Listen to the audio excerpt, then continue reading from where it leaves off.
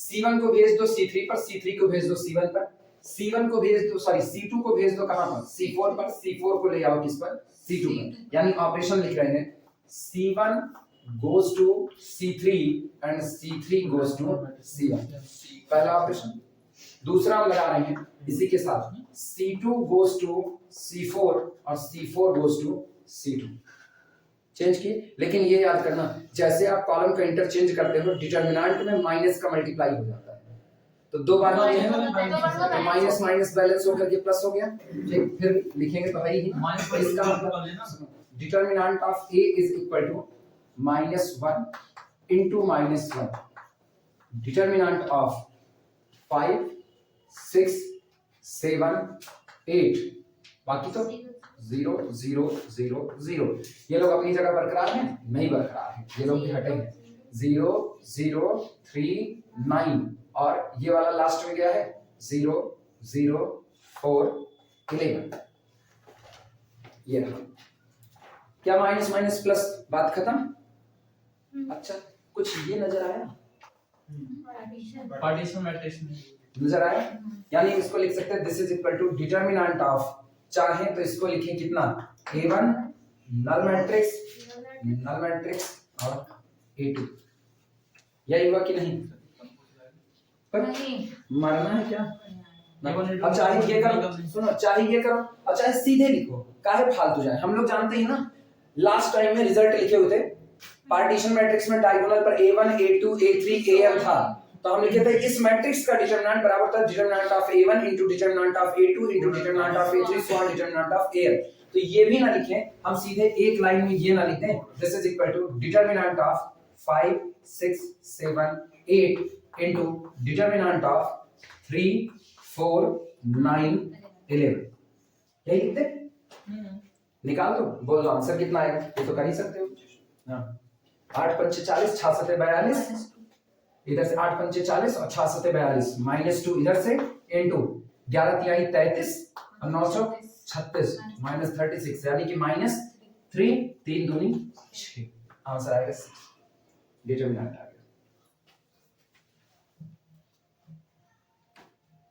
कुछ चीजें हम लिखेंगे ना, कुछ तुम्हारे समझ में होंगी, कुछ हो सकता है तुम्हारे समझ में ना हो। जो तुम्हारे समझ में नहीं होंगी, थ्योरी ऑफ इक्वेशन को जब चर्चा कर रहे होंगे तो थ्योरी ऑफ इक्वेशन को बताते वक्त वहां पर बताएंगे ये सारी बातें कैसे लिखी गई हैं, ठीक। अभी केवल यहाँ पर लिख के पार कर रहे हैं, तो उसकी चर्चा करेंगे ना फैल जाएगा, फिर पता चलेगा यही चल रहा है। थोड़ा सा, ज्यादा नहीं, बहुत हल्का सा रिमार्क टाइप में है। और अगर पढ़े हुए थ्योरी ऑफ इक्वेशन तो याद आ जाएगा, नहीं पढ़े होंगे तो हम याद दिला देंगे पढ़ाते वक्त। लिख लो तो फिर आगे बढ़े।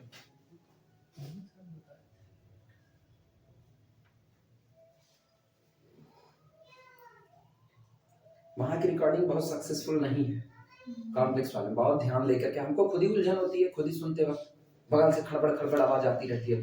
उसी में एक दिन सेकंड ईयर वाले भड़बड़ भड़बड़ निकलने, नहीं हम सेकंड ईयर में रिकॉर्डिंग कर रहे थे और फर्स्ट ईयर वाले भड़बड़ भड़बड़ निकलने लगे ना।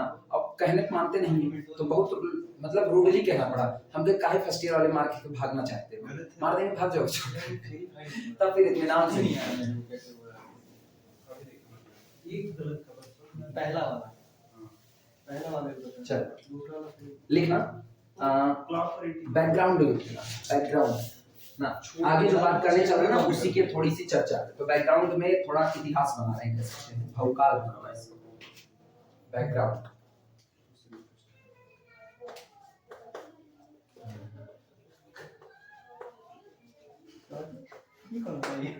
क्या हुआ जी? बैकग्राउंड दीपावली की मिठाई का असर है, दिमागवा घूम जाता है ज्यादा खा लो मिठाई। अरे तो ना दही ना की तरह खाने पे ही लगे हो। बैकग्राउंड में लिखना x to the power n plus a n minus 1 x to the power n minus 1 plus up to so on plus a1x plus a0, ठीक। क्या ये पॉलिनोमियल ऑफ डिग्री n कहा जा सकता है? क्या ये पॉलिनोमियल ऑफ डिग्री n कहा जा सकता है? नहीं कहा जा सकता है। an is not equal to 0. आगे ये बात, अरे ये बात कहनी पड़ेगी, an does not equal to 0। अब है डिग्री इनका, an 0 कर दोगे ना तो डिग्री शिफ्ट हो जाएगी। ठीक, यहाँ ऐसे एरो बना करके लिखना,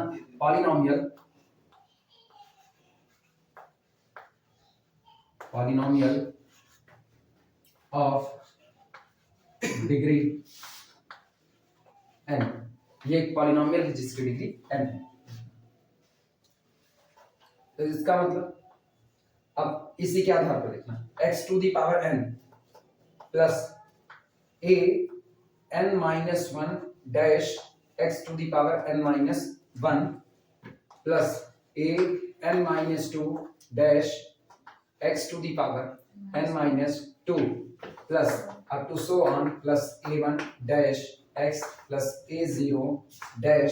ठीक, and this is equal to 0 has n roots. सही या गलत? कुछ किए नहीं है, ऊपर वाले में पूरे में an से डिवाइड लगा दो, तो जब an से डिवाइड और बराबर कर दो किसके, 0 के, तो an does not equal to 0 है, तो आप मतलब 0 से डिवाइड नहीं लगा रहे। तो जब डज नॉट इक्वल टू 0 से डिवाइड लगाए, चीजें वेल डिफाइंड है। और जो आपका मिला an-1 अपॉन an, उसको हम क्या लिख दिए, an-1 डैश। क्लियर हुआ? जिनको दिक्कत है कुछ किए नहीं, हम किए हैं x की n प्लस an-1 अपॉन कितना, an, और यहाँ पर x की n-1 प्लस an-2 अपॉन कितना, an, और यहाँ कर दिए x की n-2। इसी तरीके से लास्ट में चलते चलते a1 upon an into x की पावर 1 और प्लस a0 अपॉन कितना कर दिए, an। ये किए, ठीक, आ गई। तो इसको हम क्या मान लिए, an-1 डैश, इसको हम क्या मान लिए, an-2 डैश। इस तरीके से इसको हम क्या मान लिए, a1 डैश, और इसको हम क्या मान लिए, a0 डैश। कोई दिक्कत? और ये बताओ n डिग्री का इक्वेशन है कि नहीं है? किसी n डिग्री के इक्वेशन के पास कुल कितने रूट होते हैं, n, एग्जैक्टली n रूट होते हैं। एटमोस्ट नहीं कह रहे, एटमोस्ट तो तब कहेंगे ना जब हम रियल और कॉम्प्लेक्स के फेयर फैक्टर से लेते हैं। अभी तो हम खाली रूट की बात कर रहे हैं। किसी भी n डिग्री इक्वेशन के पास टोटल n रूट होंगे। n रूट का मतलब n ऐसी क्वांटिटी आपके पास होगी जो इसको सेटिस्फाई करेगी। डजंट मैटर वो रियल हो, डजंट मैटर वो कॉम्प्लेक्स हो, कुछ भी हो सकता है।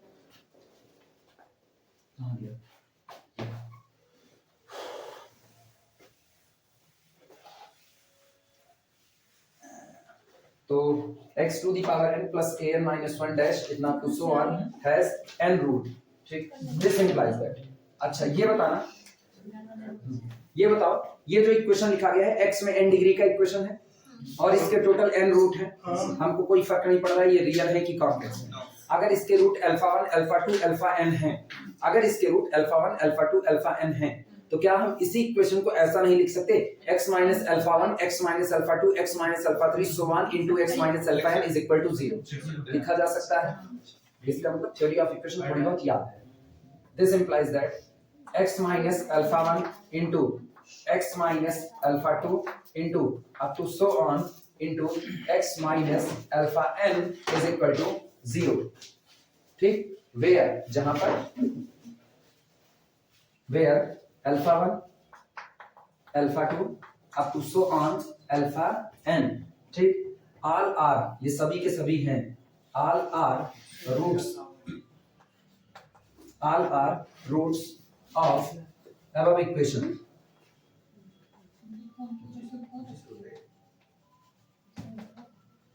All are roots of above equation, ये सभी के सभी ऊपर दिए गए इक्वेशन के रूट्स हैं।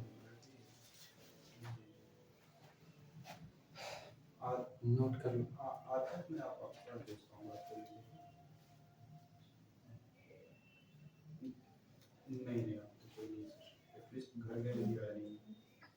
नोट करो फिर आगे चलते हैं। विनीता टाइम दे रहे हैं, फटाफट नोट करो तो आगे चले।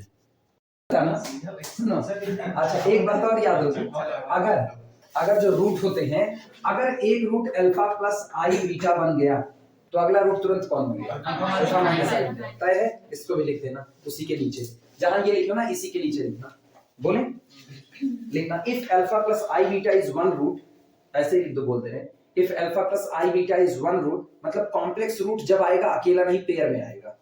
if alpha plus I beta is one root, then alpha minus I beta, if alpha plus I beta is one root, then alpha minus I beta is also a root. अच्छा, जब हम इसकी बात कर रहे हैं ना, तो फिलहाल अभी मेरे दिमाग में पर्टिकुलर केस 2 डिग्री का चल रहा है। 2 डिग्री में मान लो एक रूट आ गया अल्फा प्लस आयोटा बीटा, तो दूसरा आएगा अल्फा माइनस आई बीटा लिखना ना हो, तो इक्वेशन अपना क्या बन रहा है? नाउ x माइनस ब्रैकेट में x minus alpha plus i beta, ठीक, इनटू अगले में कौन बनेगा? x minus alpha minus i beta, ये बनेगा। मल्टीप्लाई करो दोनों का, मल्टीप्लाई करो, रियल पार्ट अलग कर दो, इमेजिनरी अलग कर दो, या रियल इमेजिनरी अलग करने की बजाय ना एक्स स्क्वायर का टर्म और बाकी वाले टर्म अलग कर दो, कर सकते हो। a minus b, a plus b, कुछ होगा कि नहीं होगा? हो जाएगा, पहले माइनस से ओपन करना पड़ेगा। हाँ, ओपन करो, x minus alpha plus i beta, x minus alpha minus i beta, अब दोनों को प्रोडक्ट लो।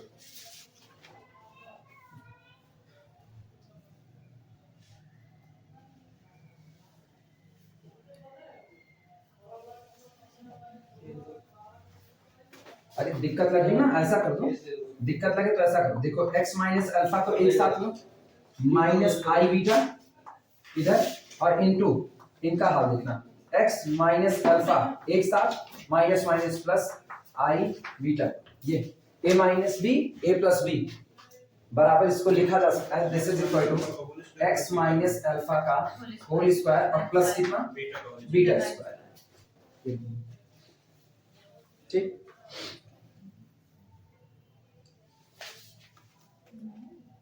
इसका मतलब अगर इसको और सॉल्व करें तो और सॉल्व करने पर क्या मिलेगा?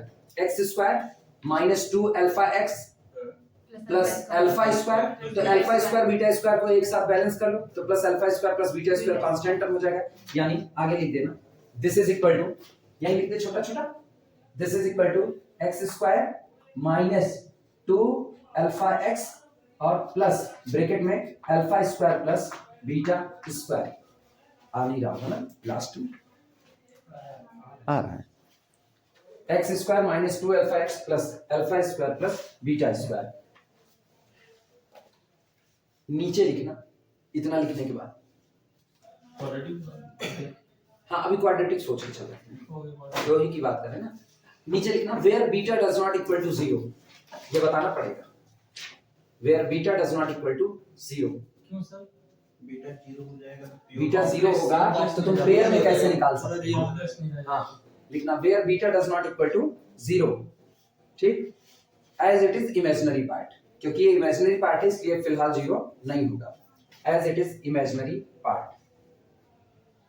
अच्छा, beta does not equal to 0 है तो एक बात इस पूरे इक्वेशन में साफ है कि दिस इंप्लाइज दैट, ऐसा हुआ तो ये जो लास्ट वाली क्वांटिटी लिखी गई है alpha square plus beta square, ये क्वांटिटी कभी खुद 0 नहीं हो सकती, कंफर्मली ग्रेटर देन अल्फा 0 हो भी जाएगा तब भी क्या आपको कोई फर्क पड़ेगा?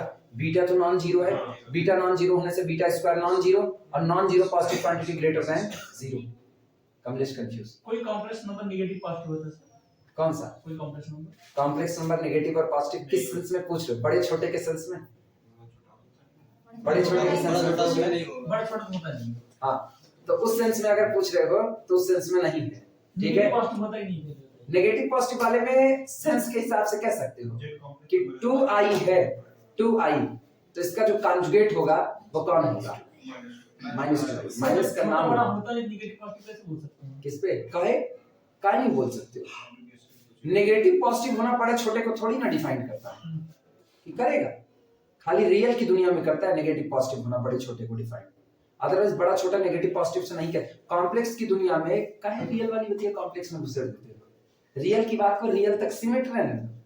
कॉम्प्लेक्स की दुनिया में हर वो बात नहीं कह सकते हो जो आप रियल में भगते बोल देते हो ना, तो कॉम्प्लेक्स की दुनिया में नेगेटिव पॉजिटिव का सेंस केवल ना साइन कन्वेंशन से ही लो, वही बेहतर है, बड़े छोटे से कतई ना देखना।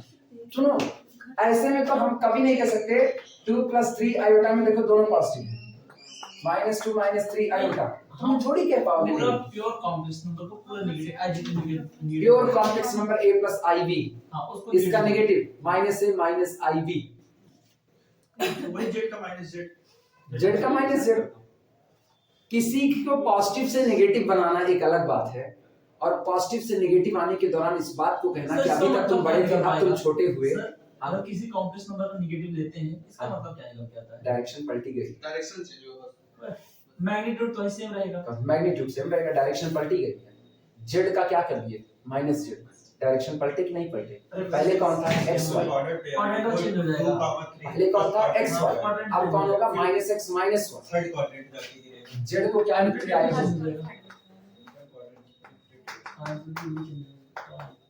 माइनस वाई, कब मिलेगा, कब मिलेगा यहाँ यहाँ कब मिलेगा माइनस एक्स माइनस कहां फर्स्ट क्वाड्रेंट में थर्ड क्वाड्रेंट में आने गिर रहा है वो। अरे कॉम्प्लेक्स की दुनिया इसीलिए तो हर नंबर के साथ दो चीज को, वेक्टर थोड़े ना है, वेक्टर के तरीके के वेक्टर अलजेब्रा को फॉलो कर रहा है, वेक्टर थोड़े ना है। यहाँ तो दो चीज लेकर के चल रहा है यहाँ। हाँ अभी क्लियर हुआ। हाँ रियल वाली बात को ना कभी इसमें घुसेड़ोगे मत, कभी नहीं। रियल की बात को घुसेड़ दोगे ना बवाल हो जाएगा इसमें। वो 2 लेक्चर जो पढ़े होंगे ना एनालिटिक वाले, उसमें शुरुआत में हम ये बात काफी बताए थे कि दोनों के बीच में बड़ा फर्क है। जब आप रियल में बात करते हो ना लिमिट एग्जिस्ट कराने की, दो लेफ्ट हैंड राइट हैंड, सोचो वहां क्या है ना, वहां पॉइंट टू पॉइंट मैच हो रहा है, यहाँ रीजन टू रीजन मैच हो रहा है, बड़ा अंतर आता है दोनों। तीसरा सुनना, तीसरे में तुमको सुनने को मिलेगा, तीसरे में तुमको पहले बता दे रहे, तीसरे में तुमको सुनने को मिलेगा ना कि जो कॉम्प्लेक्स के फंक्शन होते हैं ना उनके अंदर इंसानियत मरी पड़ी होती है, और रियल के फंक्शन में इंसानियत जिंदा होती है ना, पर्दा स्टोरी ना। कॉम्प्लेक्स का फंक्शन ना कहता है हद दर्जा रास्ते की परवाह ही नहीं है ना। रास्ते जैसे कोई तुमसे कहे ना हम तुमको पैसा दे रहे हैं, वसूल के जाएंगे, चाहे चमड़ी में भूसा भर करके लेकर जाएंगे, लेकिन वसूल के लेकर जाएंगे, वो कॉम्प्लेक्स है। रियल नहीं, रियल मतलब ना हाँ ठीक है नहीं आएगा नहीं आएगा क्या करेंगे, और ये कहता ना किसी भी रास्ते से आएंगे लिमिट तो वही लाएंगे, दूसरी नहीं लाएंगे। कंपनी याद कर रही है आपको, कौन कंपनी? अरे नहीं कंपनी नहीं है, रुको इसी में आगे बढ़ाना बात ना, जो चल रहा है इसी में नोट करके बात आगे बात बढ़ाना है। जी भैया बताइए, जो बैकग्राउंड तैयार हुआ है अब उसी बैकग्राउंड के आधार पे नोट लगा रहे हैं, ठीक। लिखना an x to the power n plus an minus 1 x to the power n minus 1 plus up to so on, ठीक, plus a1 x plus a0, ठीक, is equal to 0 has at least ये जो लिखा गया है ना an x to the power n plus an minus 1 x n so on a0 is equal to 0, ये कम से कम एक रियल रूट तो रखेगा तय है। ये दिया गया इक्वेशन कम से कम एक रियल रूट रखेगा, अधिक से अधिक कितने रखेगा, n के n रियल रख सकता है, इसी को लिख रहे हैं has at least one real. हाँ फिर नहीं नंबर अरे plus a minus 1 x n minus 1 plus so on a1 x plus a0 is equal to 0 has, ये बताओ सोच के बताना, अभी कुछ नहीं लिख रहे हैं। ये जो इक्वेशन लिखा गया है ये रियल रूट रखेगा, कुल कितने रियल रूट रख सकता है at most n real root, ठीक है, कम से कम कितने, बिना किसी शर्त के या शर्त के साथ, even odd, even odd degree नहीं, ये रियल रूट रखेगा कम से कम एक, अधिक से अधिक n, लेकिन रियल रूट रखने की भी एक शर्त होती है। वो शर्त अगर थ्योरी ऑफ इक्वेशन पढ़ते वक्त सामने आई हो तो ठीक है, ना याद आई हो मतलब ना मिली हो तो हम यहाँ सीधे लिखेंगे उसको पढ़ाते वक्त साबित किया एट लीस्ट जब कहेंगे सर तो a1 का कोएफिशिएंट नॉट इक्वल टू 0 होना चाहिए, और उसमें वो तो हम मान के चल रहे हैं, इसका किसी का कोएफिशिएंट 0 नहीं है ना, मतलब ये leading coefficient does not equal to 0 ये हम मान के चल रहे हैं।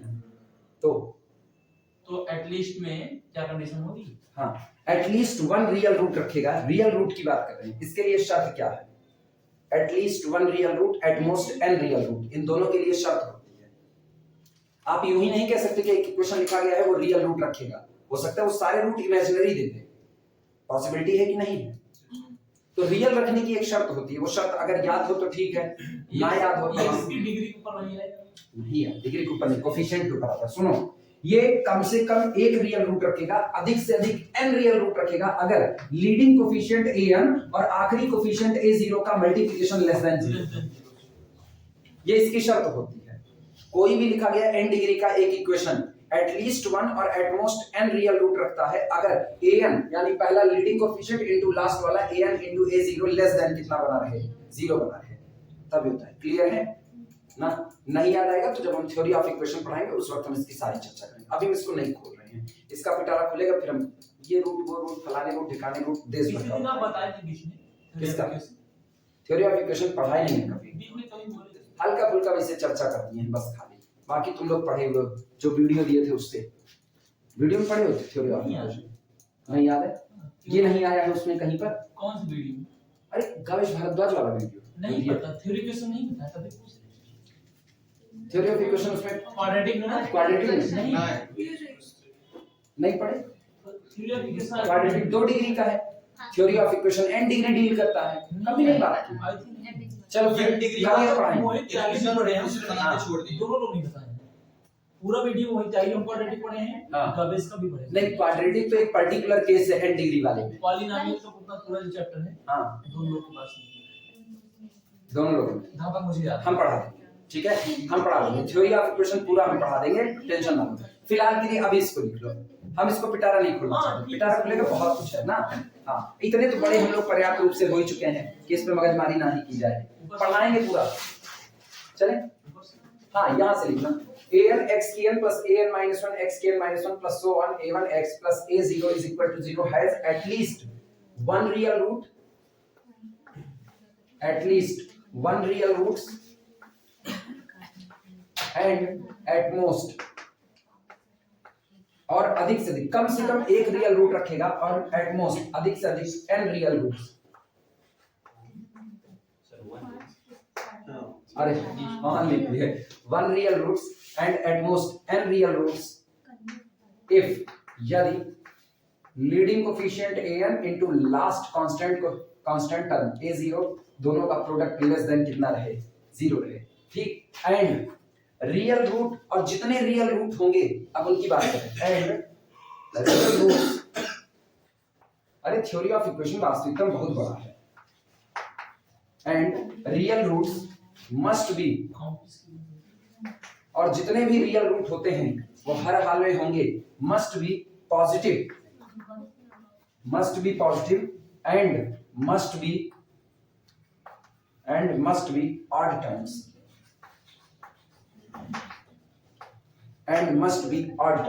और सब के सब कितने टाइम्स होंगे, ऑड टाइम्स होंगे। ये सारी चर्चा हम थ्योरी ऑफ इक्वेशन बताते वक्त ही करेंगे, हम बार बार इस बात को कह रहे हैं। मस्ट बी और 10 का मतलब जैसे रियल रूट आ रहे हैं तो या तो 3 आएंगे, 1 आएगा, या तो 3 आएंगे या तो 5 आएंगे, मतलब डिग्री जो होगी ऑड में ही आएगी। 7 के घर में चलेगी, और मतलब कि इसमें डिग्री कुछ भी, डिग्री से अपना वास्ता नहीं है, डिग्री n जो है, नहीं अगर डिग्री आप 1 3 मतलब 3 रूट 4 रूट 5 रूट बोल रहे हैं, हाँ, ये 1 3 5 तभी आ सकते हैं जब डिग्री इसकी मतलब कि 3 रूट 5 हो। 1 डिग्री का पॉलीनोमियल, 1 डिग्री पॉलिनोमियल फिर वही 1 रूट आएगा, हाँ, 3 डिग्री में 3 रूट आएंगे, 5 डिग्री में 5 रूट आएंगे, 5 रूट आएंगे, वही ठीक है। नहीं सुनो, अरे अगर 10 डिग्री का आपका इक्वेशन है, 10 डिग्री का आपका लिखा गया उसमें इक्वेशन जितना है, आएंगे वो उसमें जितने रियल आएंगे ना, 10 डिग्री का पॉलिनोमियल है, सुन 10 डिग्री का पॉलिनोमियल है, अधिकतम कितने रूट दे सकता है, अधिकतम 10 रूट देगा अधिकतम, ठीक है। अब इसमें अगर कॉम्प्लेक्स रूट आता है अल्फा प्लस आई बीटा, तो अपने साथ में लेकर के आएगा अल्फा माइनस आई बीटा, तो जितने कॉम्प्लेक्स आएंगे इनकी संख्या तो इवन होगी, पक्की बात है, इनकी संख्या इवन होगी। अब जितने रियल आ रहे हैं, अगर कोई रियल आता है तो रियल तो तब आएंगे जब सबसे पहले an into a0 मतलब लीडिंग कोफिशिएंट और कांस्टेंट दोनों का प्रोडक्ट लेस देन कितना आ जाए, 0। अगर इनका प्रोडक्ट लेस देन 0 आता है तो आपको रियल रूट मिलेगा, कम से कम 1, अधिक से अधिक 10 मिल जाएगा, कम से कम 1, अधिक से अधिक 10 का 10 मिल जाएगा। लेकिन अगर आपको रियल रूट मिल भी रहा है ना, तो वो निश्चित तौर पर आपको कितने टाइम्स मिलेंगे, 8 टाइम्स मिलेंगे, मतलब 10 डिग्री का है तो 10 का 10 तो नहीं। अगर कॉम्प्लेक्स दिया तो 10 का 10 तो अब इसमें रियल होने वाला नहीं है, और 10 का 10 अगर रियल नहीं हो रहा है तो इसका मतलब अब रियल की संख्या जो होगी या तो 3 होगी, या तो 5 होगी, या फिर कितनी होगी 7 होगी, ऑड टाइम्स वाले में होगी ना, जो भी 2 से नहीं कटेगा उतने ही टाइम्स होगी इसकी संख्या। क्लियर है ये बातें?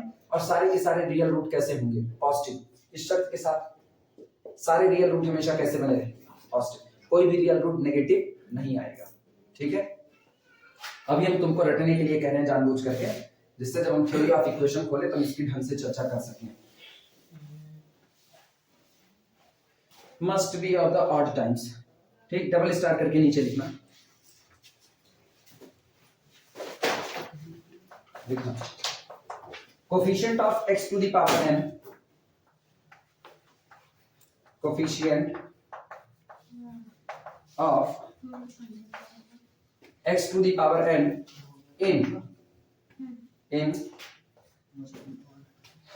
एक बड़ा सा फैक्टर लिख रहे हैं, उसमें जो x की पावर n का कोफिशिएंट बनेगा उसकी चर्चा करें। फैक्टर है xa1 plus b1 into xa2 plus b2 into so on, चलते चलते लास्ट में xan प्लस bn।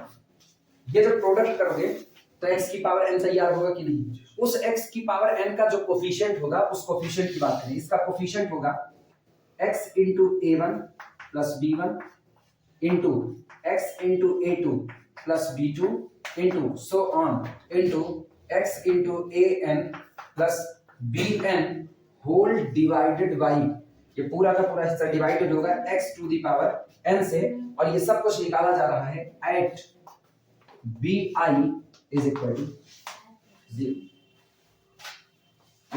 आई वेरी करेगा 1 से लेकर के n तक, रुके हुए हैं। लास्ट के बाद क्या लिखना है? हाँ, लास्ट के बाद coefficient of x to the power n in this product is this, सामने लिखा गया है। जब bi 0 हो जाएगा तो वही a1 a2 बस बचेगा ही भाई अपने पास। हाँ, आप खुद ही करो, सारे के सारे bi कितने भर दो? 0, b1 0, b2 0, b3 0, सब खत्म। तो ये यही लोग तो आपस में प्रोडक्ट हुए, कौन बनेगा? a1 into a2 into a3 into an और into x की पावर n, और आप उसे डिवाइड कर रहे हो तो a1 into, तो इतना तामझाम लिखो चाहे लिखो a1 into a2 into a3 into an।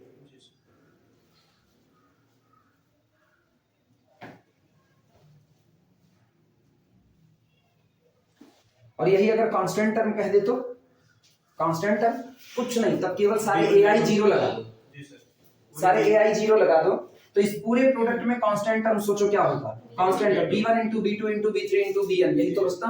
ठीक, अगला लिख देना लाइन चेंज करके, ये लिख लो ताकि स्टार करके लिख देना। बोले constant term, constant term, constant term in product कितना? x into a1 plus b1 into x into a2 plus b2 into so on into x into an plus bn। ठीक, इस पूरे प्रोडक्ट में जो मेरे पास कांस्टेंट टर्म बनेगा वो constant term होगा इज कुछ यही प्रोडक्ट पूरा xa1 plus b1 xa2 plus b2 so on xan plus bn, और ये सब होगा at ai is equal to 0। Sir इसमें upon x to the power n है, वहां हम नहीं है क्यों? कांस्टेंट टर्म मांग रहे हैं, यहाँ x की पावर n का कोफिशिएंट मांग रहे हैं। कंफ्यूज मत हो, नहीं क्यों वहां अच्छा रुको रुको, अब हम इसको ओपन करके दिखा रहे हैं। हम तो सोच समझ जाओगे तुम लोग, गड़बड़ा रहे। इधर सुनो, x a1 plus b1 x a2 plus b2, जरा इन दोनों का पहले प्रोडक्ट करो, दोनों का प्रोडक्ट करो, बोलो कितना बनेगा? a1 into a2 x square, a1 a2 x square बना। अगला सुनो, x a1 b2, तो x को बाहर ले गए, x को बाहर किए, a1 b2, ठीक है। उसके बाद देखना प्लस B1 A2 और बाहर x पड़ा हुआ है, कांस्टेंट टर्म बोलो कौन होगा, constant term B1 B2 plus B1 B2। तो इसका मतलब इन दोनों के प्रोडक्ट में, इन दोनों के प्रोडक्ट x स्क्वायर का कोफिशिएंट मांगा जाए तो कुछ नहीं करना, इसी में x स्क्वायर से डिवाइड लगा दो, हो जाएगा कि नहीं, कौन होगा A1 A2। अच्छा अब हम इसी में करेंगे, ये जो आया हुआ है, ये जो आया हुआ है इसी में हम प्रोडक्ट कर दे रहे हैं, यानी इधर लिख रहे हैं A1 A2 x square plus A1 B2 plus A2 B1 into कितना x और प्लस B1 B2, और इसमें हम प्रोडक्ट कर रहे हैं किसका, x A3 प्लस B3 का। क्या हमने इसी में इसका प्रोडक्ट किया है कि नहीं? इन तीन के प्रोडक्ट में गौर करना, इन तीन के प्रोडक्ट में x की पावर 3 का कोफिशिएंट मांगे तो क्या होगा, A1 A2 x स्क्वायर और x A3, A1 A2 A3 होगा कि नहीं? और तो कुछ नहीं होगा ना, कि कहीं और मिलेगा x की पावर 3, सोच लो कहीं और x की पावर 3 मिलेगा, कहीं नहीं मिलेगा, तो इसका मतलब कोफिशिएंट बनेगा A1 A2 A3। अगर हम एक और फैक्टर लगा दें x A4 प्लस B4, तो क्या यहाँ पर A4 आ जाएगा कि नहीं? तो इन शॉर्ट हम कहना इतने सारे लोगों का प्रोडक्ट कर रहे हैं और हमको x की पावर n का कोफिशिएंट चाहिए, तो पहले x की पावर n का पूरा हिस्सा निकाल लें। तो x की पावर n के साथ कौन आएगा, x A1 x A2 x AN, सारे प्रोडक्ट होंगे A1 A2 A3 AN और x टू द पावर कितना बना n, डिवाइड लगा दो x की पावर n से, जो बचा वो कोफिशिएंट है कि नहीं है, तो इसीलिए डिवाइड लगा दिया x की पावर n से। और देखो आगे लिख दिया eight bi is equal to 0, कुछ करना नहीं, सारे B1 B2 B3 0 भर दो, गौर करना इधर इधर, इसको 0 भर दिया, इसको 0 भर दिया, इसको 0 भर दिया, जो बचा वो x की power n A1 A2 A3 AN है कि नहीं है, और x की पावर n से डिवाइड लगा दिया, बचा हुआ चीज कोफिशिएंट है कि नहीं। अब ये बताना हम कांस्टेंट टर्म मांग रहे हैं, कांस्टेंट टर्म, तो कुछ नहीं करना, जितने x के फैक्टर हैं सब पे x बराबर 0 भर दो या ai बराबर 0 भर दो, A1 बराबर 0 A2 बराबर 0 AN बराबर 0, बचा क्या B1 B2 B3 सब प्रोडक्ट में बचे कि नहीं। तो अब ये तो कांस्टेंट टर्म है, इसमें तो x की पावर से डिवाइड लगाने की कोई जरूरत तो है नहीं, अभी कंफर्म हुआ, यही हमने इस तरीके से लिख दिया है बस खाली। सर इस टर्म में लिखने का मोटिव क्या है, इस टाइप के टर्म लिखने कभी जरूरत पड़ेगी तो इस्तेमाल कर लिया जाएगा, हो सकता है अगले में जरूरत पड़ जाए, यूज हुआ तभी वैसे बना लें, बस अगले वाले में हो सकता है जरूरत पड़ जाए। पीछे की एक लाइन है इसमें और टाइम वाला नहीं समझ क्लियर हो रहा है, कहे ना रूट तो हमने सुना है, नहीं कहे तो वो अभी समझो मत, उसको अभी याद कर लो बस खाली, इसलिए तो पहले बता दिया हम थ्योरी ऑफ इक्वेशन जिस दिन खोलेंगे, अभी हम ऑड टाइम बताएंगे तो अभी इवन टाइम का चक्कर आएगा, फिर हम उसकी चर्चा करेंगे, इवन ही निकल के आ रहा है कंक्लूजन के लिए। तो काहे, तो इसीलिए तो हम कहे जब थ्योरी ऑफ इक्वेशन को खोला जाएगा ना तो खूब चर्चा करेंगे उसकी, अभी नहीं करेंगे, अभी तो बस ऐसे उसको लिख लो, हम तो ये भी करें गलत होगा वापस लिख लिया जाएगा, अपना ही स्टेटमेंट है। इसी जान रहे हिंदुस्तान में राजनीति इतनी गंदगी हो गई, हर नेता अपना दिया स्टेटमेंट 2 मिनट में वापस ले लेता है, माफी मांगे नहीं मांगूंगा, नहीं मांगूंगा, 4 लोग घेर लिए छछुंदर की तरह से, मांग लेगा, कहेगा हाँ हमसे गलती हो गई। ऐसे हम लोग पढ़ रहे हैं, जिस दिन गलत होगा अपना स्टेटमेंट वापस, बिल्कुल सही है उसका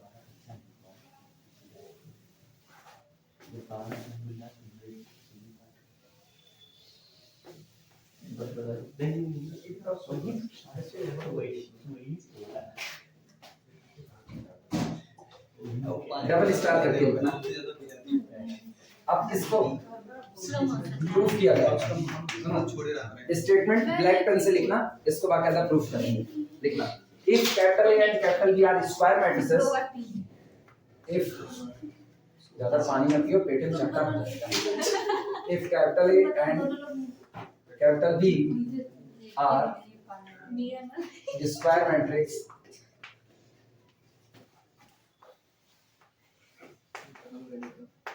if capital A and capital B are square matrices, matrix लिखे हैं, square matrices of order n such that determinant of A into determinant of B less than 0, करें कैपिटल A कैपिटल B दो के दोनों स्क्वायर मैट्रिसेस हैं, और ऐसी square matrix है कि A का डिटरमिनेंट और B के डिटरमिनेंट का आप प्रोडक्ट करते हैं तो नेगेटिव आता है, ठीक। अच्छा बताओ A और B के डिटरमिनेंट का प्रोडक्ट नेगेटिव आता है, तय बात है, दोनों ना तो पॉजिटिव हो सकते हैं, दोनों ना तो नेगेटिव हो दोनों में से सकते कोई हैं। एक नेगेटिव। कोई एक पक्का नेगेटिव होगा, दूसरा अपोजिट नेचर में पॉजिटिव रहेगा। अब दोनों जीरो भी नहीं हो सकते, ये भी तय है। ठीक, इसका मतलब कैपिटल ए कैपिटल बी दोनों नॉन जीरो इनवर्टिबल, अरे हो गया नॉन जीरो। अच्छा, बोल देखो नॉन जीरो और नॉन इनवर्टिबल, अरे वही हो गया। गजब बात है ना। अरे हम लोग मैनेज कर लेंगे हाँ, मैट्रिक्स भी कहें गजब बेइज्जती है। Determinant of x into a plus b is equal to 0 for at least कहीं भी डाल दे जाएगा।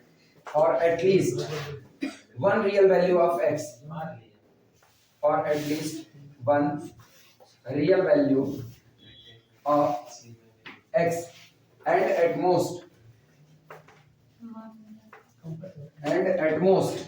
n real value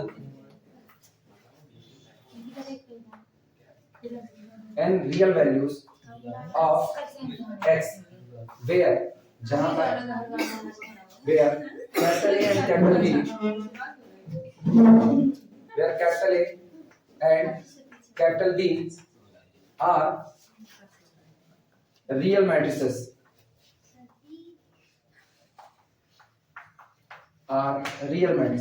नोट करें। अगर कैपिटल ए कैपिटल बी दो के दोनों n क्रॉस n की स्क्वायर मैट्रिसेस हो और इस तरीके से हो कि determinant of A into determinant of B दोनों नेगेटिव हो, मतलब दोनों का प्रोडक्ट नेगेटिव हो, तब determinant of x into a plus b is equal to 0 for at least one real value of x and at most n real value of x।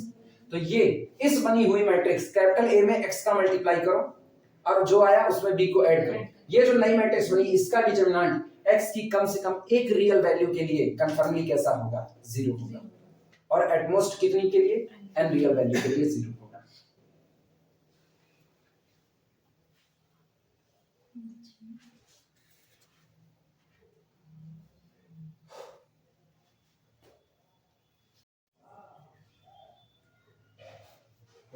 ना करें, अगर कैपिटल ए मैट्रिक्स दी गई है be null नल सी, अब B और सी के बारे में बता रहे हैं, where B and C are symmetric and skew symmetric matrices respectively. यानी ये कैपिटल बी जो लिखा गया है ना, इसका मतलब हम पार्टीशन ब्लॉक मैट्रिक्स तैयार किए एक हिसाब से, पार्टीशन तैयार किए। बी आपकी सिमेट्रिक मैट्रिक्स है और सी कैसी है, स्क्यू सिमेट्रिक मैट्रिक्स है। इस तरीके से करके लिख दिया है। करेक्ट, कैपिटल ए और दोनों का ऑर्डर बता दिया है। कैपिटल बी का भी ऑर्डर कितना है 5, सी का भी ऑर्डर कितना है 5। कह रहा है आप कैपिटल ए का डिटरमिनेंट बताइए कि डिटरमिनेंट ऑफ कैपिटल ए कितना होगा।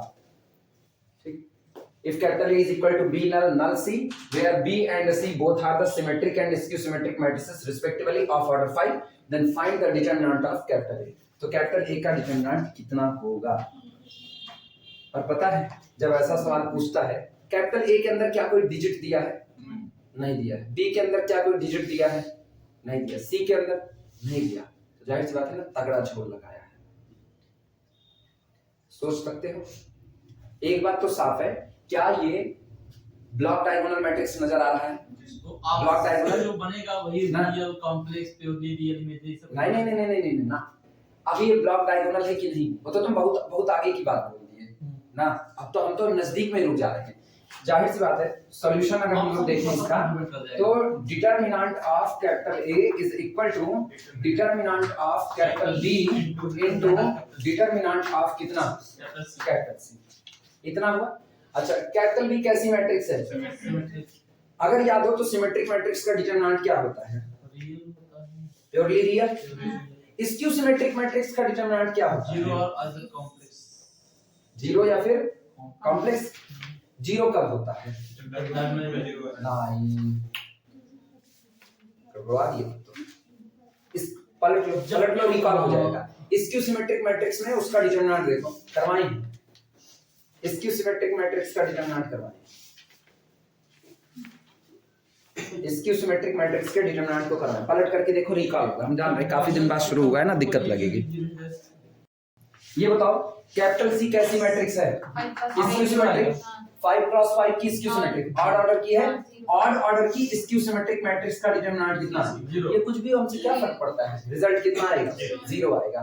लिखना, एक मामले खत्म बात।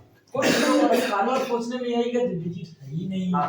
आंसर 0 1 2 3 दे तो बस बना तब देता। सोचते रहो तुम ना, कुछ करना थोड़ी, इतना लिख दिए ना। हाँ डिटरमिनेंट विल बी, और विल बी में सोचो, विल बी में अच्छा ऑप्शनल में देखना, ऐसा लिखा ठीक, अब इतना देन करके डैश मारा, देन करके देखो ऑप्शन में इसी को होता, then determinant of which of the following, which of the following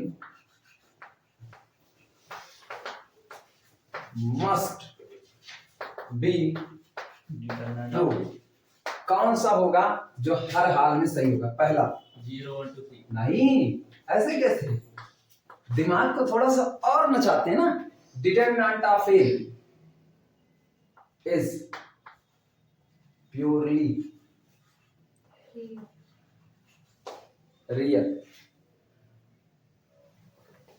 दूसरा, determinant of A is purely imaginary.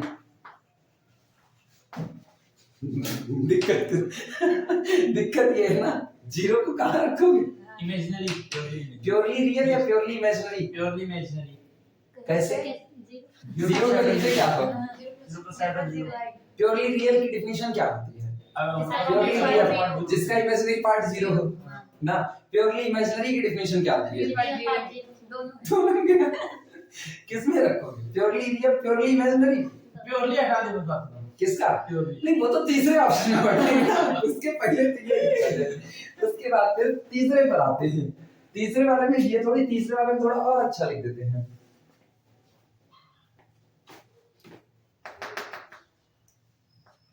Determinant of capital A is equal to solution of, is equal to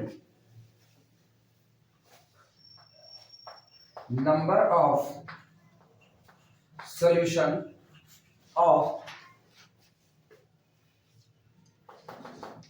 number of solution of mod x less than -5। नहीं हो सकता, नहीं हो सकता। एक equation है mod x inequality, mod x less than -5। इस inequality के जितने सॉल्यूशन होंगे उसकी संख्या गिन लीजिए, वही आपका डिटरमिनेंट होगा। सही है नहीं? इसका कितना सॉल्यूशन होगा? इस इनइक्वालिटी का कितना सॉल्यूशन होगा? अरे इक्वलिटी आएगी x इस इनइक्वालिटी का कितना सॉल्यूशन आएगा? No solution. मतलब सॉल्यूशन की संख्या कितनी? जीरो। और डिटरमिनेंट मेरा कितना? जीरो। हो गया कि नहीं हो गया? बहुत झक्की बना वाला काम ही तो करना है। रीजन है, मॉड का मतलब कैसी क्वांटिटी? पॉजिटिव। नेगेटिव से छोटा हो नहीं सकता, तो इसका कोई सॉल्यूशन तो आपको मिलने वाला है नहीं। तो सॉल्यूशन की संख्या इसीलिए लिखी, नंबर ऑफ सॉल्यूशन कितनी हुई? जीरो। अब मेरा डिटरमिनेंट भी इतना है, जीरो है। ये लगा दो एक, सामने वाला सोचता रहे ना है क्या क्या। ऑप्शन बनाने के लिए आपको कुछ नहीं करना, खाली आपको जबरदस्त खुराफात आनी चाहिए बस। मतलब ऑप्शन बनाने की बात है ना, आपको खाली दिमागी तौर से बकलेल होना चाहिए। आप ऑप्शन बनाते जाओ, सामने वाला सोचेगा। चौथा, एक और बना ही दे, काहे के लिए रह जाए। अच्छा, प्योरली रियल सही है इसमें कि नहीं सही है? प्योरली रियल, प्योरली इमेजिनरी सही है कि नहीं सही है? प्योरली इमेजिनरी काहे? रियल सही है। अच्छा हाँ सही है, सही है। Real part zero, imaginary part zero. Zero को रखोगे कहां? Zero is purely real as well as purely imaginary. खत्म बात। ये वाला भी सही है। एक चलो ऐसा बना देते हैं ना, determinant of capital A belong to the Z। सही, चारों सही हो गए। चारों सही, तो चारों सही रहे, हमको क्या जाता है? मेरे घर से थोड़ी कुछ जा रहा है। पल्ले पड़ा, ऐसे बना दो चार ऑप्शन, और चार ऑप्शन बना दो, सामने वाला सोचे कुछ तो गलत होगा ही। एक को गलत नहीं है, सब सही है। अब कुछ नहीं करना, खाली फंसाया किसमें? बस इसमें। सबसे बड़ा कष्ट तब आता है जब 3-4 क्वेश्चन मिल जाए, चारों सही हो जाए। हाँ, तब लगता है कुछ ना कुछ गलत है। अरे हम CSIR में इसी में तो हम गए थे हम भी ना, कर गए थे कॉम्प्लेक्स। 2016 पेपर देने गए। पार्ट सी में क्वेश्चन अटेम्प्ट किए, पार्ट सी में हम क्वेश्चन में वैसे अटेम्प्ट किए। पार्ट सी में मेरे 5 क्वेश्चन ऐसे थे 5 क्वेश्चन ना, जिसमें हम कहें ये सही है, ये सही है, ये वाला तो नहीं हो सकता, ये सही, ये तो नहीं हो सकता, उसके आगे पीछे अलग कर दिया और सब ठंप ले गया था ना, पूरा खत्म मामला, गया काम से ना। 6 क्वेश्चन में हमको आज भी याद है, मेरे लिए भयानक दर्द था। 6 क्वेश्चन में हम क्या काम किए थे ना, 6 क्वेश्चन में हम जिस ऑप्शन पे टिके थे, जैसे 4 ऑप्शन है ना, हम इस पे टिक किए, इस पे टिक किए, 2 पे किए ना, इसको हम कुछ सोच करके छोड़ दिए और एक को टिक नहीं किए ना, बस इसी 2 किए, ये दोनों तो सही था, तीसरा को सही था। कंडीशन ये आई पार्ट सी में, ये सही था, हम 1 पे टिक किए हैं, 3 छोड़े हुए हैं, अभी भी 3 पे हम टिक नहीं किए, और उसके बाद पता चला यह वाला सही था, बाकी 2 वाले गलत थे ना, ऐसी में हम गए इसी बातें हो गई, गुजरा जमाना। चले, वो बनाना चाहना बाद में बना लेना, हम इसका सॉल्यूशन दे रहे हैं, दे सॉल्यूशन लिखना, ऐसे लिख लो, सीधे वर्डिंग लिखो, since capital B is symmetric, ऐसे लिख लो, since capital B is symmetric. इसका सॉल्यूशन सर, हाँ, इसको बाद में बना लेना और करके ना, सॉल्यूशन में लिखना, since capital B is symmetric, क्योंकि मैट्रिक्स कैपिटल बी आपकी कैसी है, सिमेट्रिक है, therefore determinant of capital B, therefore determinant of capital B be any number, therefore determinant of capital B be any number, इसलिए इसका determinant कोई भी number हो सकता है, कोई भी नंबर का मतलब रियल कॉम्प्लेक्स कुछ भी, रियल कॉम्प्लेक्स कुछ भी, हाँ काहे रियल, सिमेट्रिक कहा है ना, सिमेट्रिक का डिटरमिनेंट कुछ भी हो सकता है। कोई लोग अरे ये देखो, क्या ये सिमेट्रिक नहीं है, क्या ये सिमेट्रिक नहीं है, इसका डिटरमिनेंट कितना आएगा, आई माइनस आई। अब इसी पे 2i बैठा दो, कुछ और आएगा, तुम्हारी मर्जी, इसी पे 1 1 1 बैठा दो, कुछ और आएगा। डायगोनल मैट्रिक्स तो अपनी निगाह में चढ़ी हुई है कि डायगोनल मैट्रिक्स जितनी भी होंगी सिमेट्रिक की कैटेगरी में ही गिरेंगी आकर के, क्लियर हुआ, ठीक। तो since capital B symmetric matrix, so determinant of capital B be any number, ठीक है, लाइन चेंज करके लिखना, capital C is skew symmetric, capital C is skew symmetric with odd order के नीचे डबल अंडरलाइन मार देना, कैपिटल C is skew symmetric with odd order, capital C is skew symmetric with odd order, this implies that determinant of C is equal to 0, determinant of C is equal to 0, therefore determinant of capital A is equal to, अब पुराना result लिखा ही है, is equal to determinant of capital B और into determinant of capital C, अब confirm है, ये कुछ भी रहे ऐसे छोड़ देना, into 0 that is equal to 0। Sir ये नेट का क्वेश्चन था क्या, किसका पता नहीं है, इतना ध्यान नहीं है, नेट का था होगा, नोट्स अपनी जो बनाए हुए थे जितनी सब मॉडिफाइड करते करते ना, ये भी उसी में डाल दिए कहीं से, जन का नहीं हो सकता है ये ऑप्शन तो अभी भी बनाए ये अभी भी क्या ऑप्शन लिखने लायक, हाँ लिखने लायक नहीं, लिखने लायक नहीं है, काहे के लिए लिख डालो, 4 का 4 सही है और करके लिख दो उसी में, कंफ्यूजन होगा, काहे कंफ्यूजन होगा यार तुम भी, उसके अपने 4 के 4 सही कर लेना, चारों ऑप्शन उसके सही है। अगला प्रॉब्लम नोट करना, problem, if capital A is a square matrix, if capital A is a square matrix,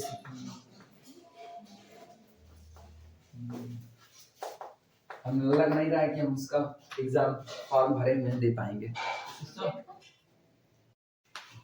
If capital A is the square matrix of order 3,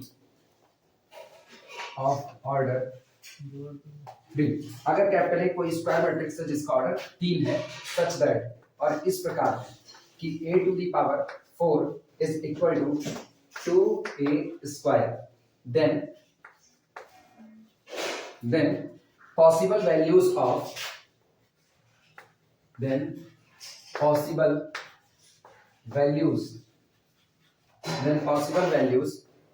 of determinant of capital A will be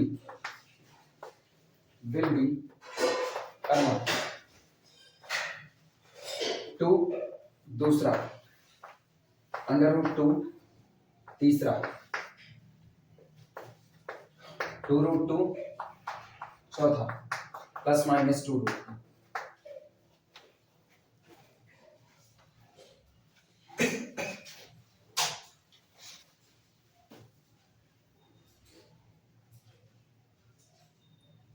अब अगर हम इसमें option बढ़ाना चाहें ना, ऐसा बढ़ा सकते, देखो इधर ऐसा, ये रहा, बढ़ाने को आप कुछ भी बढ़ा सकते हो।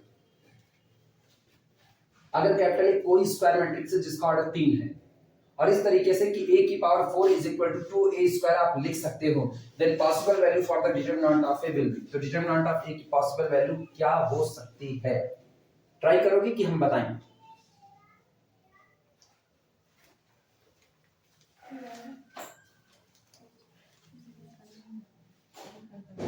चलो हम बताते हैं जिससे आगे हम लोग जल्दी जल्दी बढ़ रूट 2 है, कितना रूट 2 नहीं सर, हाँ रूट 2 कॉमा 0 नहीं, सुनो सॉल्यूशन ऐसा करना है, ठीक, जो दिया गया उतने से चलो, दिया गया है a to the power 4 is equal to 2a square, okay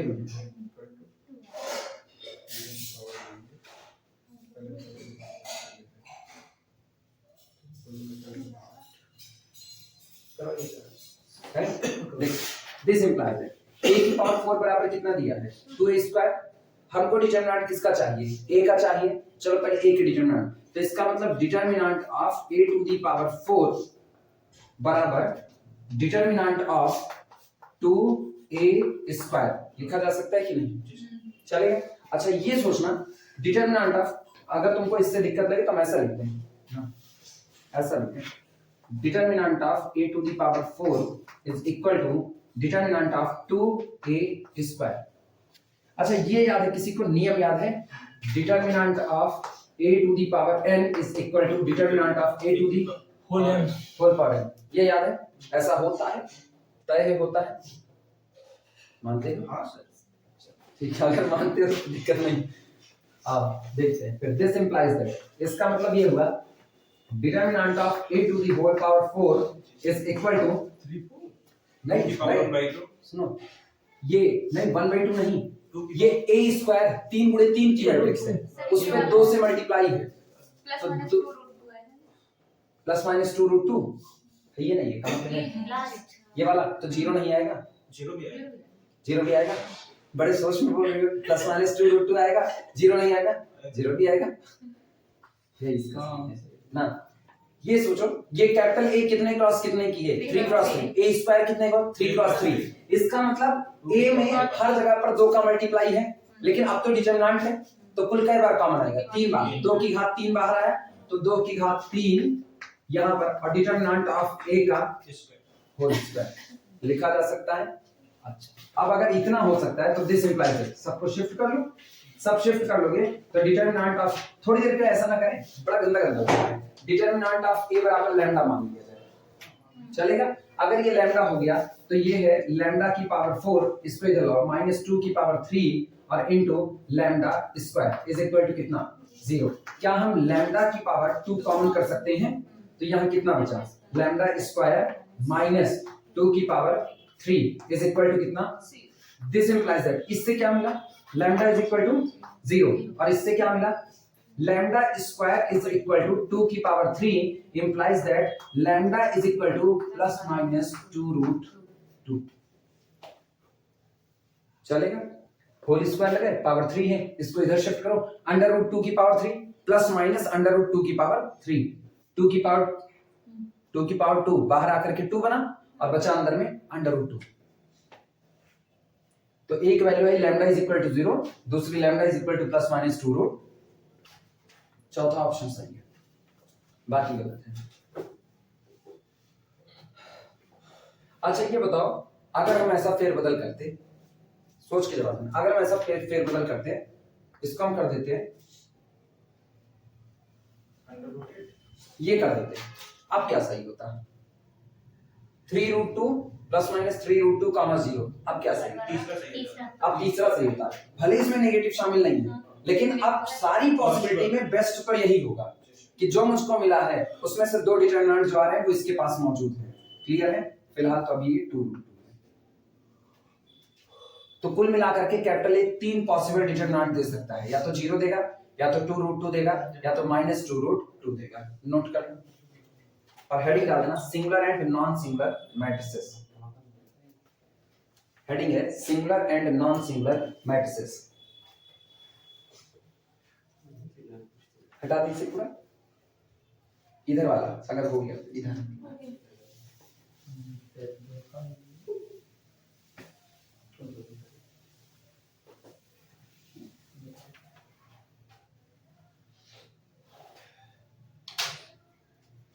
singular and non singular matrices.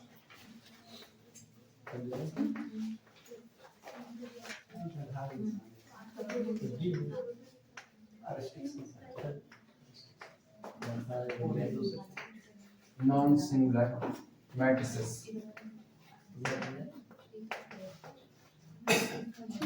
अपने लोग जानते हैं सिंगुलर का मतलब वो जिसका डिटरमिनेंट जीरो हो, नॉन सिंगुलर का मतलब वो जिसका डिटरमिनेंट नॉन जीरो हो। सिंगुलर का मतलब नॉन इन्वर्टिबल और नॉन सिंगुलर का मतलब इन्वर्टिबल।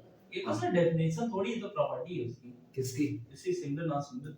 तो कहोगे क्या बताओ? सिंगुलर मैट्रिक्स को क्या कहोगे? A matrix is said to be single matrix if there exists a matrix B such that। हाँ हाँ हाँ हाँ, आगे चलो। Such that. सही जा रहे हैं सर। हम क्या जाने, तुम बताओ। आई सही आ रहे हैं। सिंगुलर की पहचान कैसे करोगे? अगर तुम ये कहे कि कोई मैट्रिक्स नॉन सिंगुलर, इसका मतलब a matrix is said to be non-singular if there exists another matrix capital B such that this into this is equal to identity। मैं सिंगुलर की बात कर रहा हूँ, जो सिंगुलर है उसको जिससे उसमें लिखते हैं यार, किसमें? डिपेंडेंट और इंडिपेंडेंट के लिए क्या लिखते हैं? डिपेंडेंट की डेफिनेशन लिख देते हैं, हाँ, हाँ। इंडिपेंडेंट की बता देते हैं, जो डिपेंडेंट है इंडिपेंडेंट है। हाँ, बस तो इसको बता देंगे। बताओ नॉन सिंगुलर की बताओ डेफिनेशन। नॉन सिंगुलर बताओ तो सिंगुलर हो जाएगा, क्योंकि जो नॉन सिंगुलर बताएंगे फिर नॉन सिंगुलर किसका? पहले सिंगुलर बताओगे। A matrix is said to be single matrix if there exists a matrix B such that A is equal to identity। B is equal to identity। ये देखो तगड़ा वाला झोला है इनका। A into B is equal to identity। तो A को क्या कहोगे? A को क्या कहोगे? सिंगुलर। हाँ। सिंगुलर कह पाओगे इसको? Sorry non singular. Non singular. अच्छा ये बताओ, सोच करके जवाब देना। कैपिटल ए के लिए तुम ये कह रहे हो कि कैपिटल ए के लिए ऐसी बात एग्जिस्ट करती है कि एक मैट्रिक्स भी आती है कि दोनों का प्रोडक्ट कितना आता है? आइडेंटिटी। क्या ये वही बात नहीं हो गई कि जिस मैट्रिक्स का डिटरमिनेंट नॉन जीरो होगा, ये बात उसी के लिए सही होगी? आप डिटरमिनेंट की बात कर रहे हैं, ये भी तो प्रॉपर्टी ही है। ये भी तो प्रॉपर्टी ही नहीं है, इन्वर्टिबल निकालो कि कहां से होते? ये भी तो प्रॉपर्टी ही है। अगर तुम उसको प्रॉपर्टी बोल रहे हो, हम कह रहे हैं वो भी प्रॉपर्टी है। सब में जो ये भी प्रॉपर्टी किताबें वगैरह, किसका? किताबें वगैरह, किताब ये हम भी बात कर रहे हैं। एक ही राइटर ना दो किताब लिखेगा लैंग्वेज फिलोसफी का। मेरी जितनी एक ही समझ है। है मैं आपसे बता शेयर कर रहा हूं। अब तो आप ये हम बताइए। थोड़ी कह रहे तुम्हारी समझ गलत है, हम थोड़ी कह रहे तुम्हारी समझ अपनी जगह पर सही है हाँ। ना, लेकिन फिर ये कहना ये भी तो प्रॉपर्टी ही है। एक मैट्रिक्स एक खास प्रॉपर्टी रखती है। हाँ। वर्डिंग सुनना, एक मैट्रिक्स एक खास प्रॉपर्टी रखती है। वो प्रॉपर्टी ये है कि उसके लिए एक ऐसी मैट्रिक्स एग्जिस्ट कर जाती है कि दोनों का प्रोडक्ट कितना आता है? आइडेंटिटी। फिर तुमको सिर्फ ये नहीं कहना पड़ेगा, फिर तुमको ये भी कहना पड़ेगा। बीए ना, बीए तो बोले तो बीए भी हो। ए बी बराबर बी ए बराबर कितना? दोनों बोले। आइडेंटिटी। अगर किसी मैट्रिक्स के लिए ऐसी मैट्रिक्स एग्जिस्ट करती है तो ये मैट्रिक्स आपकी किस तरह कहलाएगी? नॉन सिंगुलर कहलाएगी। नॉन सिंगुलर, उसी नॉन सिंगुलर को तो हम लोग क्या कहते आए हैं? इन्वर्टिबल। और हर वो मैट्रिक्स जो इन्वर्टिबल होती है तब आते है उसका डिटरमिनेंट कैसा? नॉन जीरो होता है। तो चाहे इधर से कहो, हम लोग लिखते क्या हैं? हम लोग लिखते हैं a matrix is invertible if and only if its determinant does not equal to zero। यही तो लिखते हैं, a matrix is invertible if and only if its determinant does not equal to zero। हाँ या ना? डेफिनेशन में ये कहीं नहीं देखे हम। किसका? कह नहीं सकते? कह सकते हैं, प्रॉपर्टी सब कुछ मानते हैं। कभी देखे नहीं इसको? प्रॉपर्टी मतलब ऐसे डेफिनेशन के सेंस में कहीं नहीं दिखा। कभी नहीं देखे?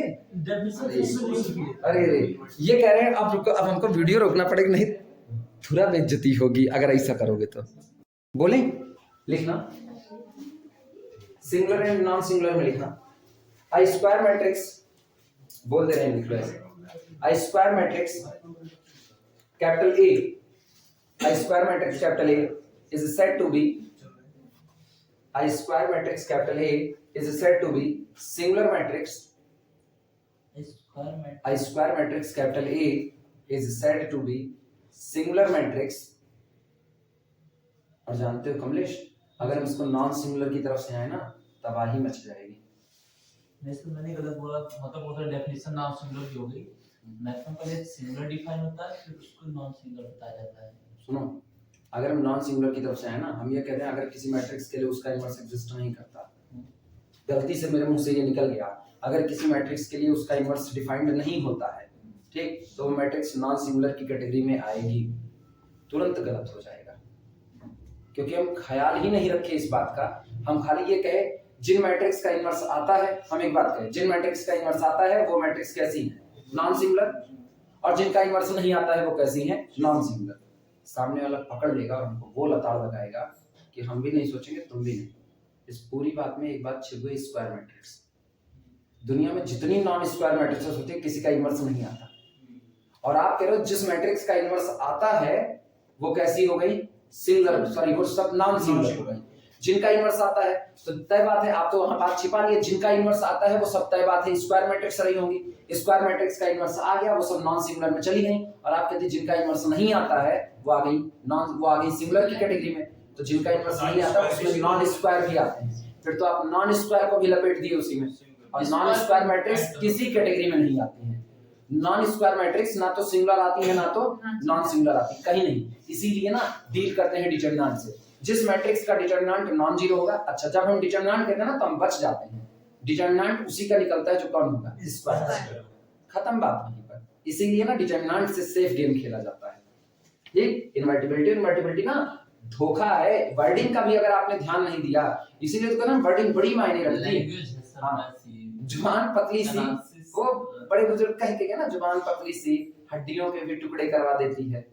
और बोलते कैसे इस पे है, तो वही बात है, बोलते कैसे हो ना इस पर डिपेंड करता है कि आप शब्द का इस्तेमाल क्या कर रहे हो। शब्द का इस्तेमाल अगर आपने सिर्फ इतना किया, मैट्रिक्स जिनका इनवर्स आता है वो सब के सब नॉन सिंगुलर हैं, जिनका इनवर्स नहीं आता है वो सब के सब सिंगुलर हैं, गलती आप चुकी है, गलत हो गया क्योंकि आप स्क्वायर छिपा। लेकिन जब आप डिटरमिनेंट बोल दिए ना, गलती करके भी आपने कोई गलती नहीं की, करके भी नहीं की, क्योंकि आपने स्क्वायर का नाम तक नहीं लिया, लेकिन आपको पता है डिटरमिनेंट निकलता किसका है, स्क्वायर मैट्रिक्स का, नॉन स्क्वायर का तो निकलता ही नहीं है। ठीक, लिखना a square matrix capital A is said to be singular matrix if determinant of A बराबर 0, if determinant of A बराबर 0। कोई दी गई square matrix capital A singular कहलाएगी अगर उसका डिटरमिनेंट कितना हो जाए, 0 हो जाए। ठीक, लाइन चेंज करना, एंड या उसी में लिख दो and it is said to be non singular, and it is said to be non-singular, and it is said to be non-singular if determinant of it does not equal to 0, if determinant of it does not equal to 0। बाकी काम जान के करते हो ना। Non singular का मतलब non singular, ठीक, और सिंगुलर, ये यही पकड़ना है, नॉन। तो इसका मतलब डिटरमिनेंट नॉन जीरो, यहां नॉन लगा ना तो डिटरमिनेंट की दुनिया में डिटरमिनेंट नॉन जीरो। इसका मतलब अगर यहां नॉन लगा तो यहां क्या होगा, इनवर्टिबल। ठीक, क्या यहां नॉन लगा है तो नॉन कहीं उधारी गया होगा ना, जहां उधारी गया होगा वो कौन होगा, नॉन इनवर्टिबल।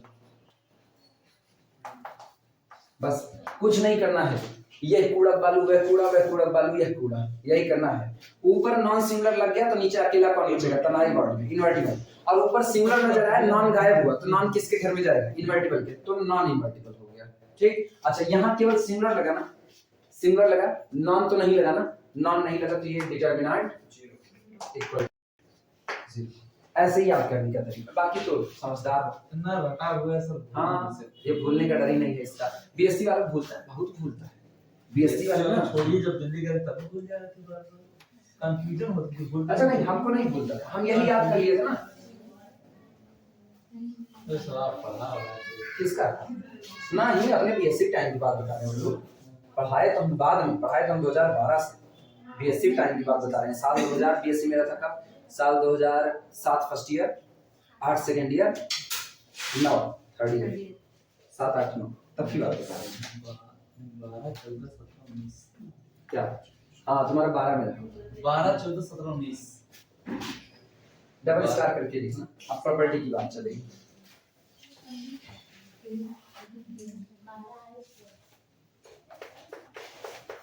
मतलब फर्स्ट ईयर का नहीं ना, बट फर्स्ट ईयर 16 कहाँ की होगी, फर्स्ट ईयर 16 हाँ 16 में रिजल्ट आया, एडमिशन 15 में, हम यही पूछ रहे हैं, एडमिशन 15 में 16 की होती तो पढ़ाई कहाँ कर रहे होते तुम लोगों को? प्रोडक्ट अरे तब तक छोड़ चुके थे कॉलेज, 17 में छोड़ दिए थे 4 जनवरी को। Product of any number, product of any number of non singular matrices, any number of non singular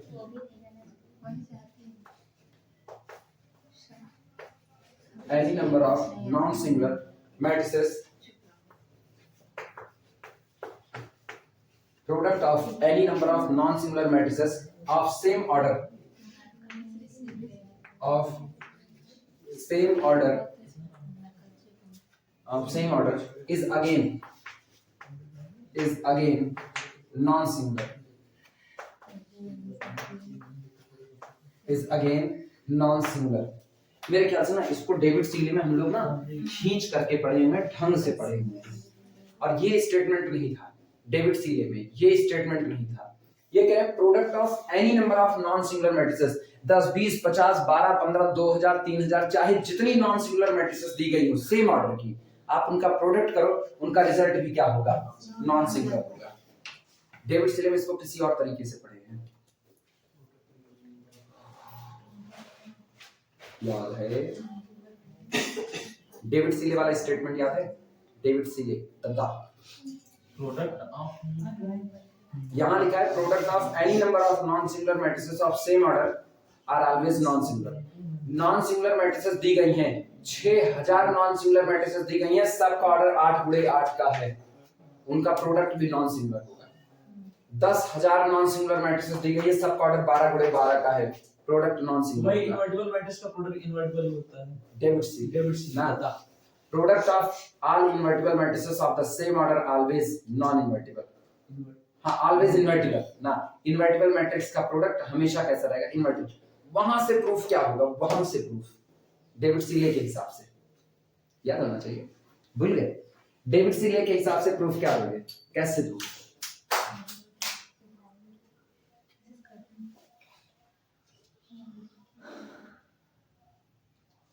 singular मान के चलें अगर डेविड सीले के अकॉर्डिंग क्या दोगे प्रोडक्ट, कैसे बताओगे कि नॉन सिंगुलर का प्रोडक्ट नॉन सिंगुलर, मतलब इनवर्टिबल का प्रोडक्ट इनवर्टिबल ही आएगा? अरे अरे अरे ऐसी गलतियां कैसे कर सकते हो तुम लोग, भूल गए? वीडियो रोक रहे हैं, सोच करके जवाब दो।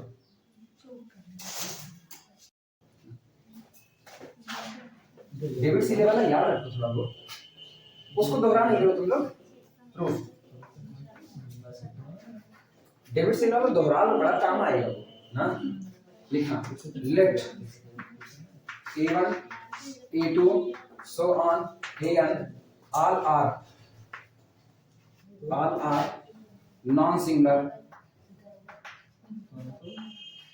all are non-singular matrices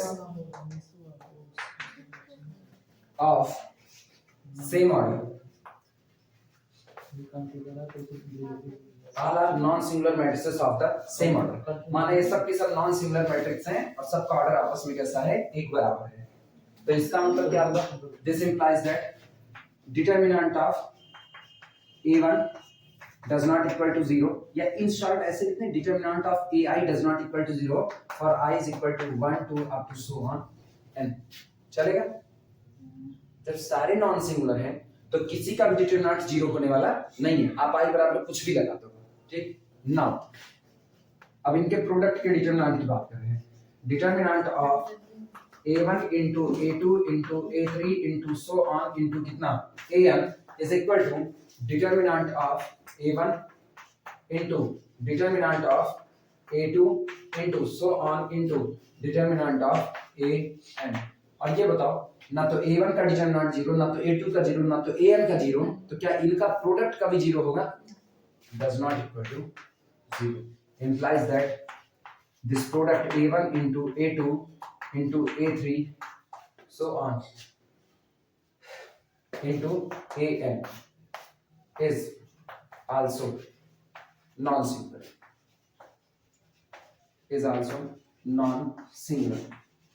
सुनो कल टाइमली पहुंचना ना, कल हो सकता है हम लोग एडजॉइंट पे आ जाएं। अब हम लोग धीरे धीरे रैंक की तरफ बढ़ रहे हैं और सीधा क्वेश्चन उठता है, जान ही रहे हो ना। रैंक के बाद से ना, अब सारा रैंक के बाद हम लोग आइगन वैल्यू आइगन वेक्टर नहीं, रैंक के बाद हम लोग आएंगे होमोजीनियस नॉन होमोजीनियस इक्वेशन पे, उसके बाद मिनिमल पॉलीनोमियल और आ जाएंगे आइगन वैल्यू आइगन वेक्टर वगैरह में। ये खत्म हो तो हम लोग लीनियर अलजेब्रा पढ़ना है।